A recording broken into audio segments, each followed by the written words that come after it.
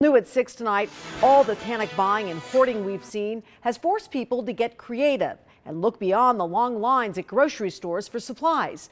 Some are finding what they need online, others are going offline to a farm. 13 Chief Investigator Darcy Spears takes you to the Las Vegas farm to see how they're filling a need while also struggling to survive. My name is Sharon Linsenbart. Come here. And I have been the owner and operator of the Las Vegas farm for over 50 years.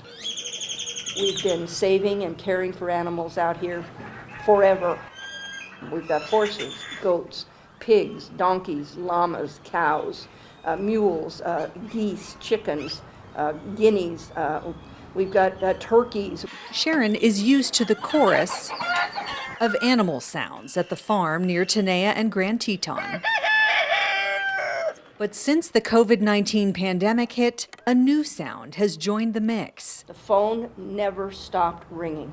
And I'd get 2 and 3 and 4 calls all at one time. It was insane. I was getting hundreds of calls a day. One of the things they can do here at the farm is help fill in gaps on store shelves with basic necessities like eggs. They've got them by the thousands, but they have to prepare them and get them ready to sell to the public, abiding by the health code. And sell they do, as they have for decades. But this is unprecedented. We run out quickly now. They're taking new precautions, letting in no more than 12 people at once and posting a security guard in the parking lot.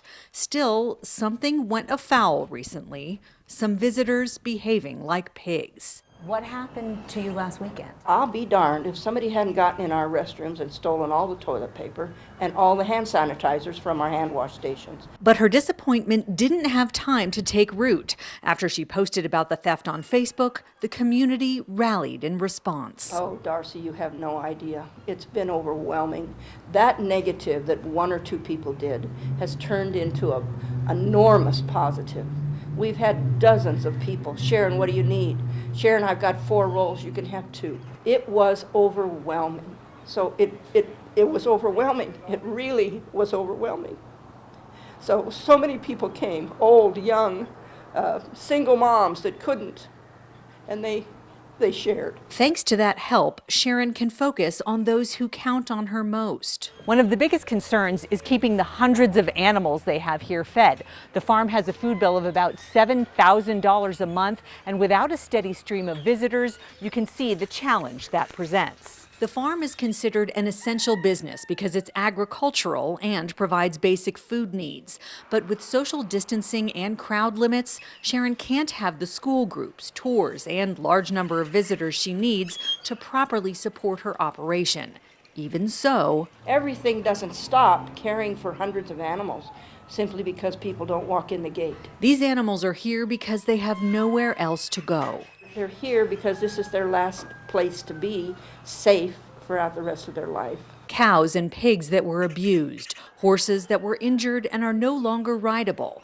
And Sharon says the demand on rescues like hers has dramatically increased due to our economic shutdown. So many people not only give up their animals, want to dump their animals, want to stop caring for their animals, that the phone is ringing off the hook.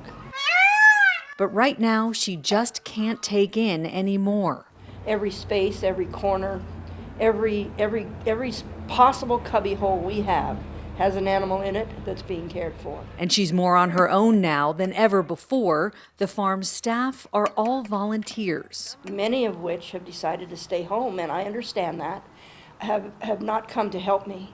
So we're really short on volunteers right now. And also short on some of the store-bought basics they need, like flour, to make the farm fresh products they produce. You can't find the products that we need to make what we need other than the natural things that we grow and that the birds produce and that the honey the bees produce. But hope springs eternal at the farm. With limits on supplies and reminders about responsible hygiene, they will open their gates to a few weekend customers at a time, preparing as best they can to provide for the community's 2- and 4-legged creatures.